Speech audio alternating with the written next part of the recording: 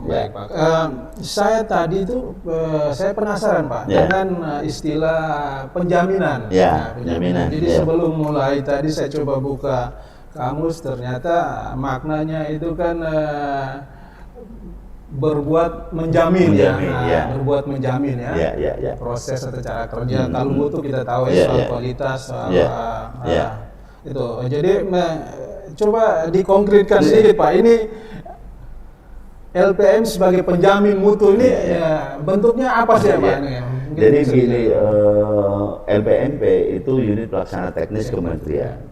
Tugas pokok dan fungsinya adalah menjamin penjaminan kan lembaga penjaminan mutu pendidikan Provinsi Nusa Tenggara Timur.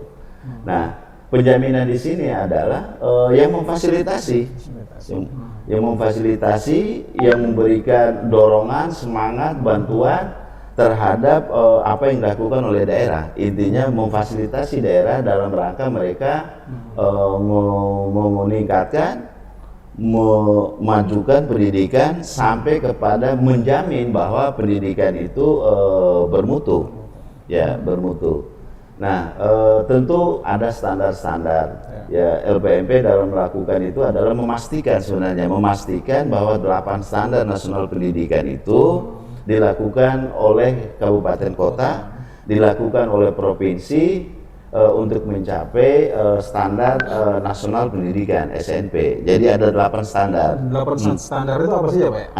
8 standar itu yang pertama standar kurikulum, standar penilaian, kemudian standar proses, kemudian standar pendidik tenaga kependidikan, standar pembiayaan, standar sarana prasarana.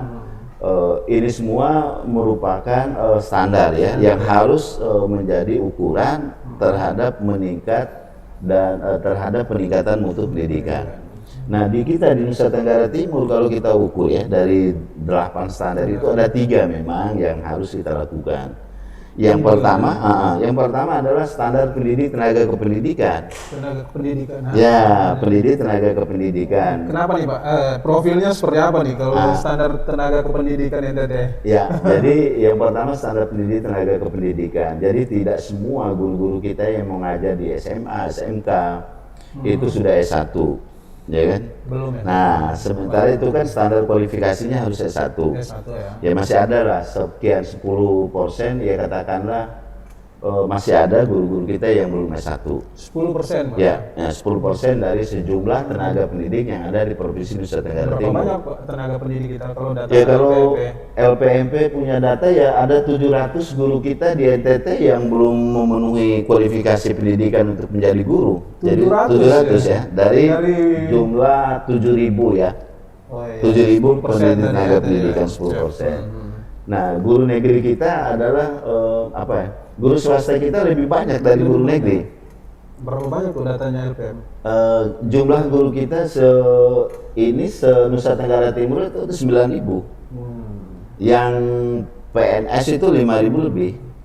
Ya, 4.000 sekian itu ada di satuan pendidikan kita dengan status guru honor, guru komite yang guru honor dan guru komite.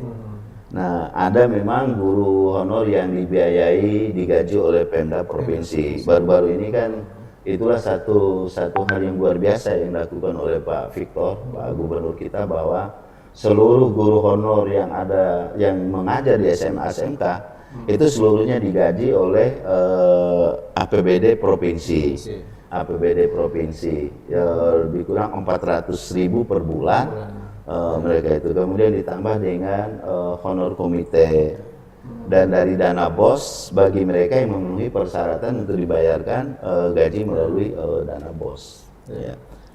Itu poin pertama. Poin pertama, ya. Soal kendala di tenaga pendidikan. Ya, jadi tenaga kependidikan. Masih 2 ini Pak. Masih 2. Duanya apa ya Pak? Nah, yang kedua ini yang menyangkut tadi kenapa BDR kita dari kita itu belum maksimal ya, karena memang di standar berikutnya adalah standar sarana prasarana pendidikan kita itu yang masih kurang. Jadi kalau kita mengacu ke standar sarana prasarana yang memang merupakan standar nasional pendidikan memang kita masih jauh. Dan mencukupkan sarana prasarana pendidikan kita di Nusa Tenggara Timur itu memang perlu kerja bareng kita semua. Ya kalau kita mengandalkan dari kementerian saja tidak akan cukup. Nah, tetapi kalau pemerintah provinsi tentunya apabila APBD-nya memungkinkan, tetapi kita maklumilah beberapa provinsi, termasuk provinsi kita memang APBD kita memang masih minim, ya tidak seperti daerah-daerah yang lainnya. Jadi kalau kita serahkan sepenuhnya ke provinsi untuk pemenuhan seluruh sarana prasarana pendidikan yang mengacu kepada 8 standar tadi memang masih membutuhkan anggaran yang begitu dahsyat. Nah, sehingga DAK dana alokasi khusus untuk sarana prasarana di kita Nusa Tenggara Timur itu paling tinggi. Nah, paling tinggi untuk mendukung APBD kita yang minim. Ya. Dan itu menjadi prioritas sebenarnya Provinsi Nusa Tenggara Timur itu untuk pembiayaan itu menjadi prioritas kementerian. Ya. Sarana prasarana pendidikan, dan itu memang yang paling dari standar-standar itu. Kemudian yang ketiga adalah memang standar pembiayaan. Ya.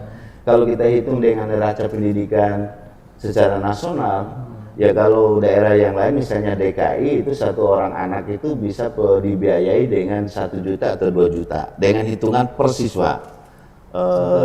DKI. Ya kita tahun yang lalu saya di Nusa Tenggara Barat sampai mengatakan ini, ya kalau NTB saat ke-2 tahun yang lalu itu pembiayaan satu siswa itu hanya cukup dengan satu beli tiket nonton film. Jadi baru sekian puluh ribu per siswa. Sekarang 30-an ada ya.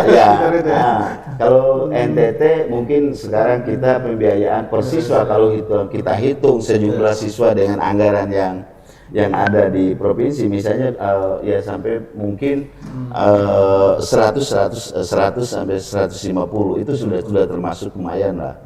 Jadi 100.000 sampai 150.000 per siswa se-Nusa Tenggara Timur. Dan itu ya kita tidak berbicara tentang anggaran dari kementerian ya, tapi kalau untuk Pemprov sendiri itu 100 sampai 150.000 ya. Berarti 3 komponen ini sangat berpengaruh pada mutu pendidikan ya, Pak ya. Ya. Nah,